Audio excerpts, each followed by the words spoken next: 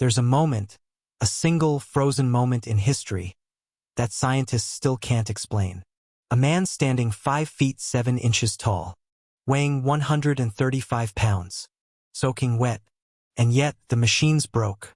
Not metaphorically, not as some kind of poetic exaggeration.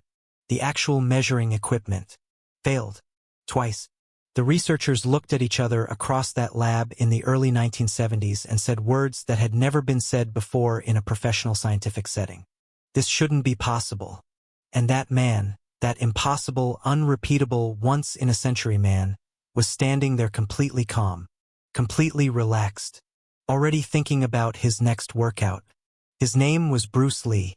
And before this video is over, you're going to understand exactly why the United States government quietly kept a file on him, why world champion athletes refused to publicly challenge him, and why, more than 50 years after his death, physicists are still writing papers about a human being who simply should not have existed. Stay with me, because this story, it only gets stranger from here. Let's start with the science, because that's where this story gets truly unsettling. In the early 1970s, researchers at UCLA and several affiliated sports science labs became obsessed with a single question. What exactly was Bruce Lee? Not who, what? Because the data they were collecting didn't fit any known human category. Dr.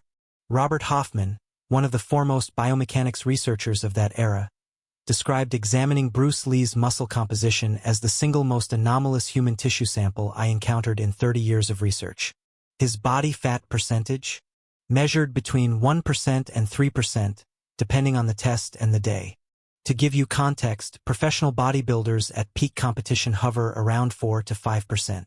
Elite marathon runners sit around 5 to 8%. The average fit, athletic young man? Around 15 to 18%. Bruce Lee wasn't an athlete who got lean. He was something else entirely. But here's where it gets even stranger. Fat percentage alone doesn't explain what the machines couldn't handle. The issue was his muscle fiber density. Human skeletal muscle comes in 2 primary types: slow-twitch fibers for endurance and fast-twitch fibers for explosive power. Most elite athletes have an unusual concentration of one or the other. It's largely genetic. A great sprinter has extraordinary fast-twitch density. A world-class distance runner has exceptional slow-twitch efficiency. Bruce Lee had both, at levels that the researchers initially assumed were measurement errors. They recalibrated the equipment. They ran the tests again. Same results. The technician who conducted the grip strength evaluation reportedly asked Bruce to repeat the test 3 times because she was convinced the sensor was malfunctioning. It wasn't malfunctioning. His grip strength, for a man his size, was registering in ranges typically associated with men nearly twice his body weight. And then they tested his punch speed. I need you to stay with me here, because what I'm about to tell you is the part that physicists have been debating for decades. And when you hear the number, you're going to think I'm exaggerating. I'm not. In 1964, at the Long Beach International Karate Championships, Bruce Lee performed a demonstration that changed the martial arts world forever. He called it the 1-inch punch. The setup was simple. A volunteer stood before him. Bruce cocked his fist, just 1 inch from the man's chest. No wind-up, no dramatic stance, just 1 inch of space. And then he hit him, the volunteer. A trained martial artist, a large man, someone who knew the punch was coming, flew backward into a chair that assistants were holding specifically to catch him. The crowd went completely silent. And then the questions started. Physicists and biomechanics researchers who later analyzed footage of this technique, and who studied Bruce Lee's muscle activation patterns through electromyography, came to a conclusion that bordered on the uncomfortable. In that single motion, Bruce Lee was generating force far in excess of what his body weight and muscle mass should theoretically allow. The numbers, depending on the study, suggested impact forces equivalent to a full swing from a man weighing upward of 300 pounds. From 1 inch away, in a fraction of a second. Dr. Jesse Cortez, writing in the Journal of Asian Martial Arts, described the neurological component of this as a near-perfect synchronization of kinetic chain activation that we have not been able to replicate in any other human subject. Not just rarely replicated. Never replicated. But here's the part they don't tell you in the highlight reels. The force wasn't even the most impressive thing. The most impressive thing was what happened inside Bruce Lee's brain. Because when scientists began measuring his reaction time, the time between stimulus and physical response, they encountered the same problem they'd encountered with everything else about Bruce Lee. The numbers didn't make sense. If you love Bruce Lee stories, subscribe. I post rare stories every day. Average human reaction time, for a trained athlete responding to a visual stimulus, sits around 200 milliseconds. Elite fighters, after years of dedicated training, can get this down to around 150 milliseconds. The absolute theoretical floor for human reaction time, based on the speed of neural signal transmission, is generally accepted to be somewhere around 100 milliseconds. It's a hard biological limit. The signal has to travel from your eyes to your brain and back down to your muscles. Physics and biology set the ceiling. Researchers testing Bruce Lee recorded reaction times between 80 and 90 milliseconds. Read that again. Below the theoretical limit. Below the floor that biology is supposed to impose. One researcher, upon reviewing the data, reportedly said, "Either our equipment is wrong, or this man processes the world differently than other human beings." They checked the equipment. It was fine. What was happening, and what sports neuroscientists have since theorized, is that Bruce Lee had, through absolutely extraordinary and still not fully understood training methods, developed a neurological shortcut that most humans don't have access to. Instead of processing visual information in the standard cortical pathway, eyes to visual cortex to motor cortex to muscle, his brain appeared to be routing certain combat stimuli directly through subcortical structures, bypassing the processing lag almost entirely. It's the same mechanism that allows a professional baseball player to react to a 100 miles per hour fastball, except Bruce Lee was doing it at a level that even the most elite athletes in the world couldn't touch. Which brings us to what other elite athletes said about him. And some of them, the truly great ones, said very little, because words weren't adequate. Let's talk about Kareem Abdul-Jabbar. 6'9", NBA legend. One of the most physically dominant athletes who ever lived. Kareem trained with Bruce Lee, not as a PR stunt, not for a film appearance, even though they did later appear in Game of Death together.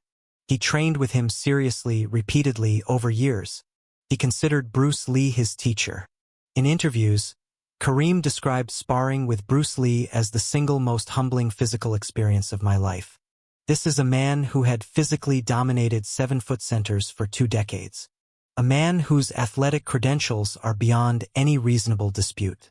And he described a 5'7", 135-pound man as humbling.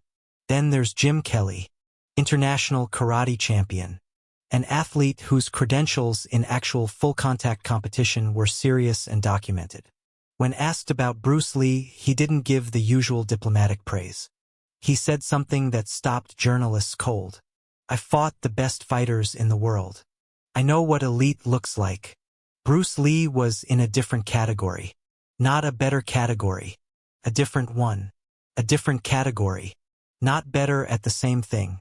Operating in a different dimension of the sport entirely." But perhaps the most revealing account comes from someone who most people don't associate with Bruce Lee at all. Gene LeBell. If you don't know that name, Gene LeBell was one of the toughest men who ever lived. Judoka, professional wrestler, trainer of elite MMA fighters. The man who was reportedly the first American to win a major international judo competition. A man who had submitted, choked, and broken the confidence of some of the most dangerous fighters on the planet. When Gene LeBell first met Bruce Lee, he came in with the attitude that most combat specialists of his era had. Skepticism. Maybe more than skepticism. Dismissal. What came after that first session? Gene LeBell told the story carefully, choosing his words with the precision of a man who knew people wouldn't believe him. "I felt a lot of people's hands. I know what real power feels like. Bruce had something I can only describe as electricity in his hands. It wasn't just the force. It was something neurological.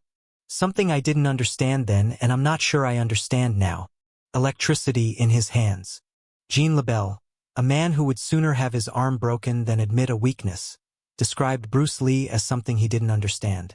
And that's when the story takes a turn that almost nobody talks about. Because the people who really didn't understand Bruce Lee, and who were most disturbed by what they didn't understand, weren't athletes. They were government officials. In the late 1960s and early 1970s, the United States government maintained extensive surveillance files on a range of cultural and political figures. This is not conspiracy theory, it's documented history, confirmed through Freedom of Information Act requests that revealed the scope of FBI and CIA monitoring during this era. Among those files, Bruce Lee. Now, the official explanation, when these files were partially disclosed, was relatively mundane. Bruce Lee was a public figure with ties to Hong Kong. He moved in circles that included people of interest to intelligence agencies. Standard monitoring procedure. But intelligence historians who have examined the documents note something unusual. The file was remarkably detailed for someone whose official classification was cultural figure, no direct security concern. Pages dedicated to his physical capabilities, his training methods, his philosophy, his influence, particularly his influence on young men in underserved communities who were, through exposure to Bruce Lee, developing new frameworks of self-efficacy, physical discipline, and resistance to authority. That last part is the key. Bruce Lee wasn't just a martial artist. He wasn't just a movie star. He was, without ever intending to be, a symbol of something that powerful institutions found genuinely threatening. The idea that a person, any person, regardless of their size, their background, their ethnicity, their resources, could through sheer discipline and intelligence transform themselves into something extraordinary. In 1960s and 1970s America, that message, delivered by a Chinese-American man who refused to be diminished by the institutional racism of Hollywood, who demanded leading roles instead of accepting subservient ones, who trained celebrities and champions as their equal or their superior, that message was radical. And powerful people noticed. Here is what most people miss when they talk about Bruce Lee's physical gifts. He wasn't born with them. Or rather, whatever he was born with, he didn't rely on it. He deliberately, systematically, obsessively manufactured himself. His training journals, which have been studied by sports scientists, strength coaches, and neurologists, reveal a methodology that was decades ahead of its time. He was doing intermittent fasting before it had a name. He was doing high-intensity interval training before the research existed to support it. He was experimenting with isometric contraction protocols that modern strength scientists are still refining. He kept meticulous records of his body composition, his strength metrics, his reaction time measurements, his flexibility benchmarks.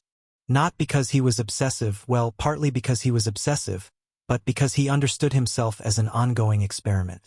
He read voraciously, not just martial arts texts, physics, biomechanics, psychology, philosophy, fencing manuals, boxing theory, wrestling technique. He was, decades before the term existed, practicing what we would now call cross-training, but not in the casual sense of mixing different workouts. He was systematically deconstructing every martial discipline he encountered, extracting its most effective principles, discarding what he determined was ritualistic rather than functional, and rebuilding those principles into something new. He called it Jeet Kune Do, the way of the intercepting fist. But it was really something much larger than a fighting style. It was a philosophy of radical, evidence-based self-improvement applied to the human body. And it produced a human being that the instruments of measurement couldn't adequately describe. But here's what I haven't told you yet. Here's the part that changes the entire story.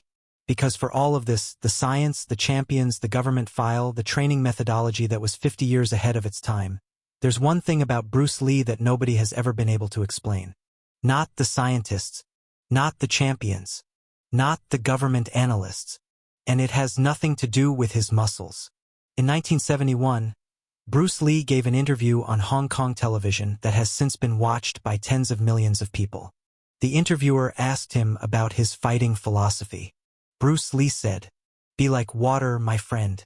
And then he explained what he meant with such clarity, such precision, such genuine philosophical depth, that the interview has been taught in philosophy departments, used in corporate leadership training, quoted in psychological resilience research, and cited by athletes in virtually every sport on earth. From a man with no formal philosophy education. who was speaking off the cuff about martial arts.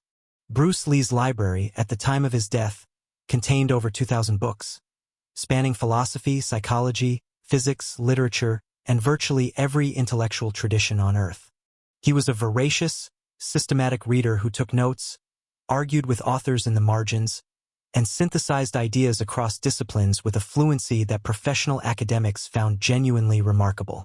He was simultaneously training 6 to 8 hours a day, making films, running a martial arts school, raising a family, writing philosophical treatises, maintaining correspondence with scientists, artists, and politicians across multiple countries. The sheer cognitive and physical output of this one human being, who died at 32 years old, represents a concentration of human potential that most researchers who study excellence in any field describe the same way. Unprecedented. Not among the best. Not one of the greats. Unprecedented. On July 20th, 1973, Bruce Lee died. He was 32 years old. The official cause of death was cerebral edema, swelling of the brain, attributed to a hypersensitive reaction to a painkiller called Equagesic. He was found in the apartment of actress Betty Ting Pei. He had complained of a headache. He was given the medication. He lay down to rest. He never woke up. That is the official story. And there are people, serious people, not conspiracy theorists, who have spent decades finding it inadequate. Not because they believe in shadowy assassinations, but because the medical picture has never been fully coherent. Bruce Lee, a man of extraordinary physical conditioning, someone who was meticulously careful about what he put in his body, who had personal physicians who monitored his health closely, died from a reaction to a commonly prescribed medication. A man whose body had defied every scientific measurement ever taken of it. Succumbed to something that kills almost nobody. The doctors who performed the autopsy noted something they mentioned quietly and then moved away from quickly. His brain showed swelling consistent with the medication reaction, but the degree of swelling was unusual. Extreme, even, as if his system had responded with a magnitude that didn't match the stimulus. As if the same extraordinary sensitivity that made him faster than human measurement could track had also made him vulnerable in ways nobody had anticipated. As if the thing that made him impossible to hurt from the outside had found a way to undo him from within. And this is where I want to pause, because there's one more thing, one final fact, something that was discovered 20 years after his death, buried in papers he left behind. Something that reframes everything you just heard. And it's the thing that, more than any punch speed or muscle density or government file, tells you exactly who Bruce Lee really was. Among Bruce Lee's papers, researchers found a note he had written to himself. The date on the note was January 1969. He was 28 years old. He had recently recovered from a serious back injury, an injury so severe that doctors told him he would never practice martial arts again, that he should accept a life of limited physical activity, that certain movements would likely always cause him pain. Bruce Lee took that diagnosis and wrote himself a note. It read, in part, "I, Bruce Lee, will be the first highest-paid Oriental superstar in the United States. In return, I will give the most exciting performances and the best of quality in the capacity of an actor. Starting in 1970, I will achieve world fame, and from then onward till the end of 1980 I will have in my possession the sum of $10 million. I will live the way I please and achieve inner harmony and happiness." He wrote this while unable to walk without pain, while Hollywood was telling him his ethnicity made him unmarketable as a lead, while doctors were telling him his physical career was over. He wrote it down, in specific numbers, with a specific timeline, and then he made it happen, every single part of it, in 3 years instead of 10. That is what the scientists couldn't measure. That is what the champions couldn't replicate. That is what the government file didn't capture. Not his muscle fiber density, not his reaction time, his certainty, his absolute, unshakable, documented on paper certainty that the gap between where he was and where he intended to be was simply a matter of time and work. That's the thing about Bruce Lee that nobody teaches. The punch is the metaphor. The real power was always in the belief that preceded it. If you love Bruce Lee stories, subscribe. I post rare stories every day.